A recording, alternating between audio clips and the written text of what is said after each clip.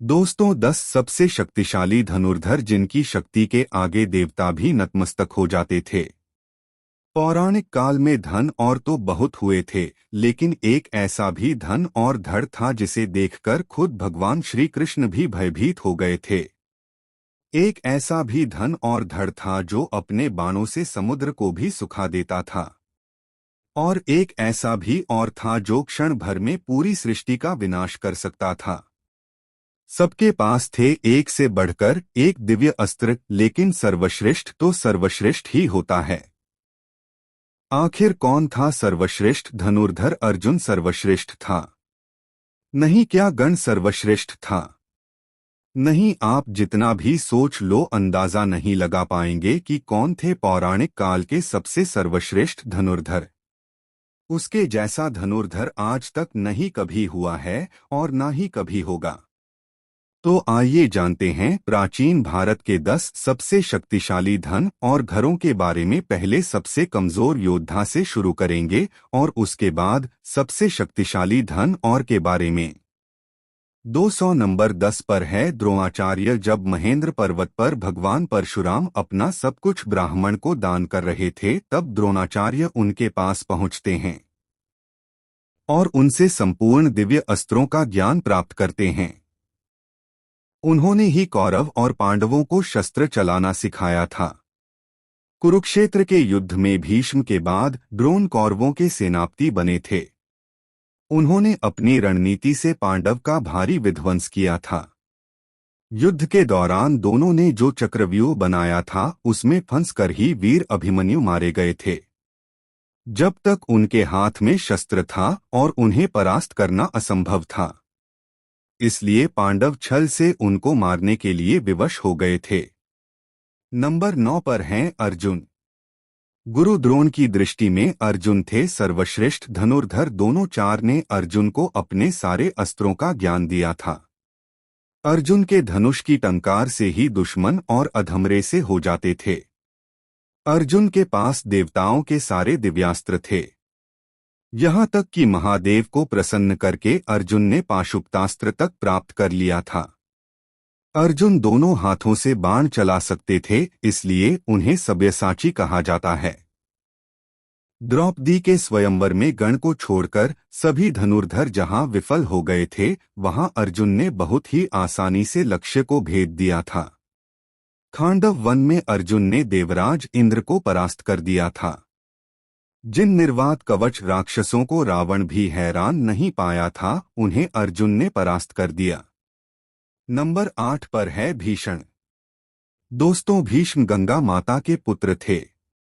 उनके गुरु स्वयं भगवान परशुराम थे। एक बार तो अपने गुरु परशुराम के साथ ही भीष्म का युद्ध हो गया था। युद्ध में भीष्म और परशुराम जी एक दूसरे पर महाविनाशकारी अस्त्र शस्त्र चला रहे थे, लेकिन इस युद्ध का कोई परिणाम नहीं निकल रहा था। आखिर में इस युद्ध को रोकने के लिए देवताओं को आना पड़ा। जब कुरुक्षेत्र का युद्ध शुरू हुआ था, तब भीष्म और वो के प्रथम सेनापति बने थे। भीष्म के बाणों के आगे पांडव पक्ष का कोई भी योद्धा टिक नहीं पाया। भगवान श्री कृष्ण ने इस युद्ध में शस्त्र न उठाने का प्रण लिया था, लेकिन भीष्म ने अपने पराक्रम से श्री कृष्ण को अपनी प्रतिज्ञा कर शस्त्र उठाने के लिए विवश कर दिया था। भीष्म को नियमानुसार युद्ध करके परास्त करना असंभव था, इसलिए शिखंडी को सामने रखकर अर्जुन ने भीष्म को बाणों की शैया पर सुला दिया। नंबर 7 पर एकलव्य। दोस्तों, एकलव्य महाभारत काल के एक श्रेष्ठ धनुर्धर थे। जब द्रोण के पास एकलव्य शिक्षा के लिए गए थे, तब द्रोण ने उन्हें शिक्षा देने से इनकार कर दिया था। इसके बाद दोनों को गुरु मानकर एकलव्य ने वन में धनुर्विद्या का अभ्यास करना शुरू कर दिया। जब कौरवों और पांडवों में से किसी को भी शब्दभेदी बाण चलाना नहीं आता था, तब एकलव्य अपने अभ्यास से ही शब्दभेदी बाण चलाना सीख गए थे। उनके धनुर्विद्या को देखकर अर्जुन को भी लगने लगा था कि एकलव्य ही सबसे सर्वश्रेष्ठ धनुर्धर है। लेकिन एक समय गुरु दक्षिणा के नाम पर द्रोणाचार्य ने एकलव्य का अंगूठा कटवा दिया था। इसके बाद अंगूठे के बिना भी एकलव्य ने बाण चलाना सीख लिया था। दोस्तों, आधुनिक धनुर्विद्या में अंगूठे के बिना ही बाकी उंगलियों से बाण चलाया जाता है, जिसका आविष्कार सबसे पहले एकलव्य ने ही किया था। एकलव्य इतने शक्तिशाली थे कि भगवान श्री कृष्ण को एकलव्य का वध करना पड़ा था।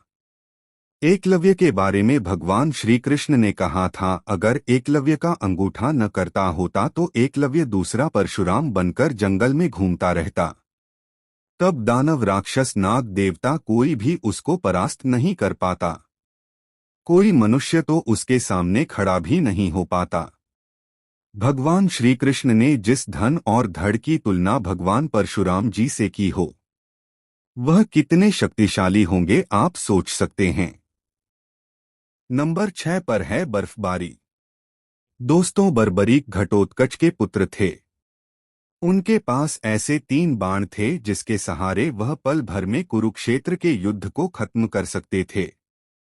बर्बरीक के 3 वाहनों के बारे में जानकर खुद भगवान श्री कृष्ण भी चिंतित हो गए थे, जिसके कारण उन्होंने दान में बर्बरीक का शीश मांग लिया। इसके बाद से ही खाटू श्याम जी के नाम से इस धरती पर बर्फबारी की पूजा होती है। नंबर 5 पर है मेघनाथ। दोस्तों, रावण का पुत्र मेघनाथ महावीर था। अपने पराक्रम से उसने देवताओं को परास्त करके इंद्र को बंदी बना लिया था, जिसके चलते उसका नाम इंद्रजीत पड़ा।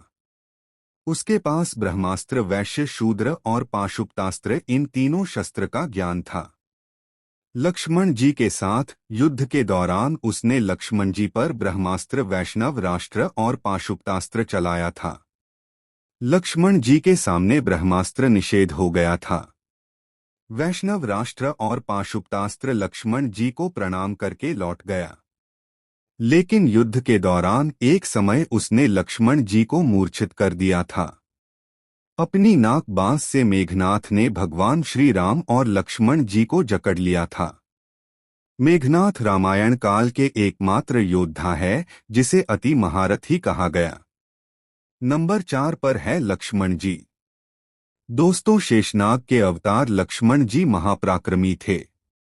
उनकी रेखा में ही इतनी शक्ति भी कि रावण भी उसे पार नहीं कर सकता था। वह एक श्रेष्ठ धनुर्धर थे।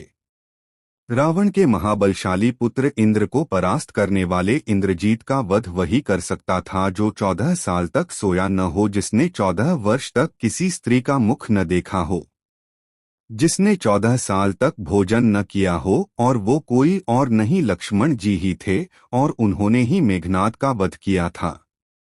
रावण के शक्तिशाली पुत्र अधिक गाय का वध भी लक्ष्मण जी ने ही किया था। युद्ध के दौरान एक बार लक्ष्मण जी ने रावण को मूर्छित तक कर दिया। नंबर 3 पर है कर्ण। दोस्तों, सूर्यपुत्र कर्ण महाभारत काल के एक ऐसा योद्धा थे जिनके पास ऐसे दिव्य कवच और कुंडल थे जिसे किसी भी अस्त्र से भेदा नहीं जा सकता था। इसलिए युद्ध से पहले देवराज इंद्र ने छल से कर्ण का कवच और कुंडल छीन लिया था। लेकिन कवच कुंडल के बिना भी कर्ण महाशक्तिशाली थे। अंतिम युद्ध में जब कर्ण और अर्जुन का आमना सामना हुआ था, तब कर्ण ने ही 11 बार अर्जुन के गांडीव धनुष की प्रत्यंचा को काट डाला था। अर्जुन के ब्रह्मास्त्र को कर्ण ने साधारण बाणों से ही काट डाला था। इस युद्ध के दौरान कर्ण ने अपने सर मुंह बांध से अर्जुन को लगभग मार ही डाला था। अगर भगवान श्री कृष्ण अर्जुन की रक्षा न करते तो अर्जुन जरूर मारा जाता। जब तक गन के हाथ में शस्त्र था तब तक कर्ण को किसी भी तरीके से परास्त नहीं किया जा सकता था। तब अर्जुन को छल से कर्ण का वध करना पड़ा था। नंबर 2 पर है भगवान श्री राम। दोस्तों, भगवान विष्णु के अवतार मर्यादा पुरुषोत्तम महावीर श्री राम की शक्ति का कोई अंत नहीं था। स्वयंवर में जवान शिव धनुष पर प्रत्यंचा चढ़ाने गए थे, तब उनकी शक्ति से शिव धनुष टूट गया था। ऐसा कोई शस्त्र नहीं था जो श्री राम के पास नहीं था। जब समुद्र ने लंका जाने के लिए श्री राम को मार्ग नहीं दिया था, तब उन्होंने अपने बाणों से ही समुद्र को सुखाने का विचार किया। तब श्री राम को धनुष में बाढ़ का संधान करते देख समुद्र भी भयभीत होकर उनके सामने प्रकट हो गया था। श्री राम ने अपने बाणों से कुंभकर्ण और रावण जैसे न जाने कितने राक्षसों को यमलोक में भेज दिया था। नंबर 1 पर है देवों के देव महादेव। दोस्तों, संपूर्ण ब्रह्मांड और धनुर्वेद की सृष्टि महाद्वीप से ही हुआ है। वही इस सृष्टि की शुरुआत है और वो ही इसका अंत है। उनकी शक्ति अनंत है। वो पल भर में किसी का भी विनाश कर सकते हैं, इसलिए वो ही सर्वश्रेष्ठ है। दोस्तों, आपका इस बारे में क्या कहना है, हमें कमेंट के माध्यम से जरूर बताएं।